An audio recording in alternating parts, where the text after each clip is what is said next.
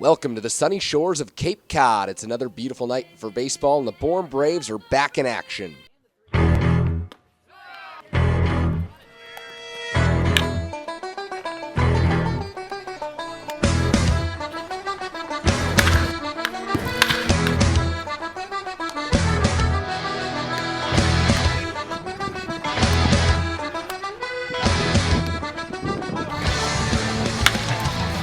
Cape Cod Baseball League, where the best players from across the country come together and square off against one another.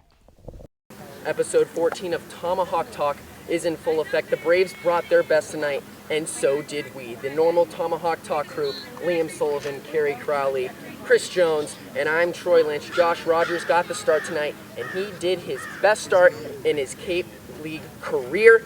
He threw 5 2/3 inning pitch, only allowing 4 hits and 0 runs. And then Austin Conway and Gavin Vittori shut it out.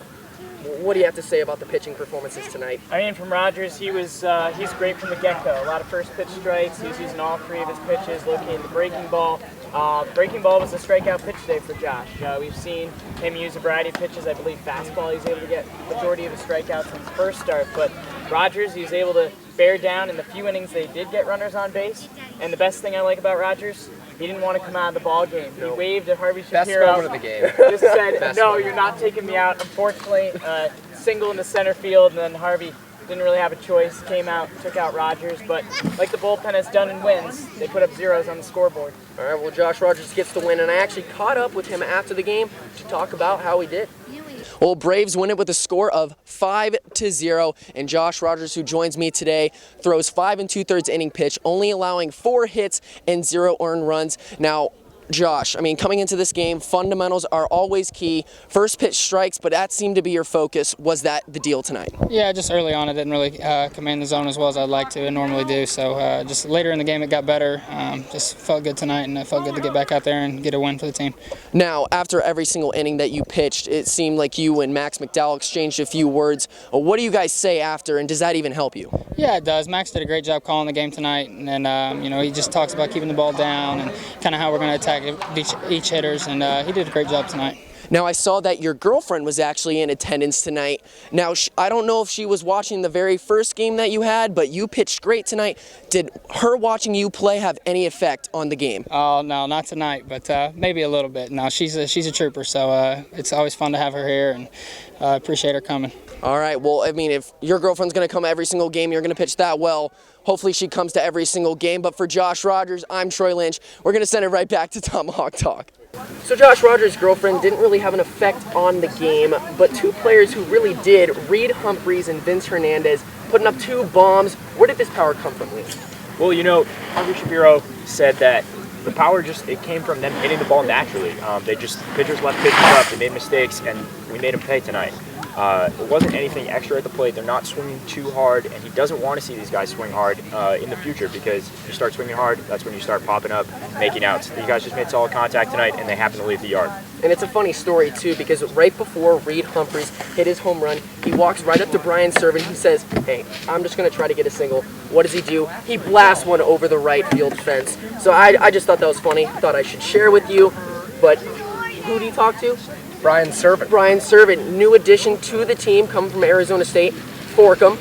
And how is he going to affect the team in the near future? Well, I just want to start off by saying that when I first approached Brian Servant during batting practice today, he asked if we were still doing Tomahawk Talk. I gave him a wholehearted yes. Absolutely. And so, Brian, if you're listening, here's how I think you're going to affect the team. We'll see how you do. Servant he's one of the top 2-way players in the country at the catcher position, top 5 at least. He projects as one of the top overall draft picks from the catcher position in the 2016 draft. Led Arizona State in home runs this year, so he can hit in the middle of the order for this Bourne Braves squad. And you never know. We've seen Charles Galliano sign. Max McDowell was a draft pick.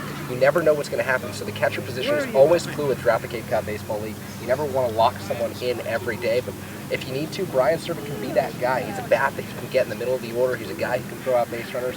He's just a great addition to the squad. All right, well, we'll look for Servant to see if he performs later in the year. But now we got players of the game. We're going to start with Eeny, Meeny, Miny, Chris. You go ahead. I guess I got to give it to Vince Hernandez. I feel like his 3-run homer on a 1-2 pitch really set the tone for this ball game. Rogers settled in right after that. He was excellent throughout the game. He wasn't going to give up more than 3 runs. So it seemed like right when that ball went out, it seemed like Bourne had locked up this ball game. All right, Liam, I'm going to go to you next. I'm going to go to the bullpen tonight. I'm going to go give it to Gavin Fattori. You know, just he struck out 4 tonight, looked really good in relief, and I mean, you love to see that. If I'm next, am I? Yeah. All right, thank you. I thought about taking hitting coach Joe Lincoln because this was the first time the Braves hit 2 home runs in a ball game, and I know that Joe was the first player throwing BP today. Excited to get out there, so I think Joe Lincoln deserves at least some acknowledgement. But my player of the game, Josh Rogers, goes 5 2/3 innings, shutout ball. Like Chris said, consistently got ahead of players at first pitch strikes.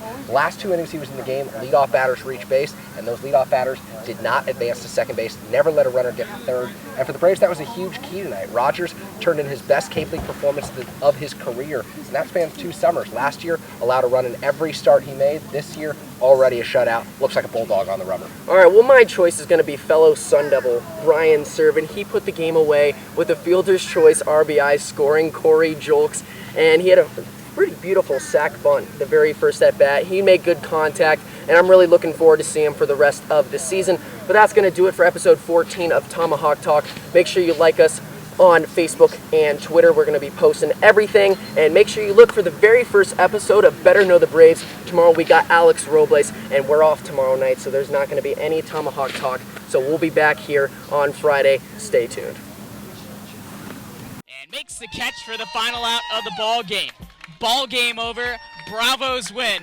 Fastball off the outside corner, gets away from the catcher Logan Ice. Here comes Garcillo. He scores the winning run. The Braves take it 4-3 on a wild pitch.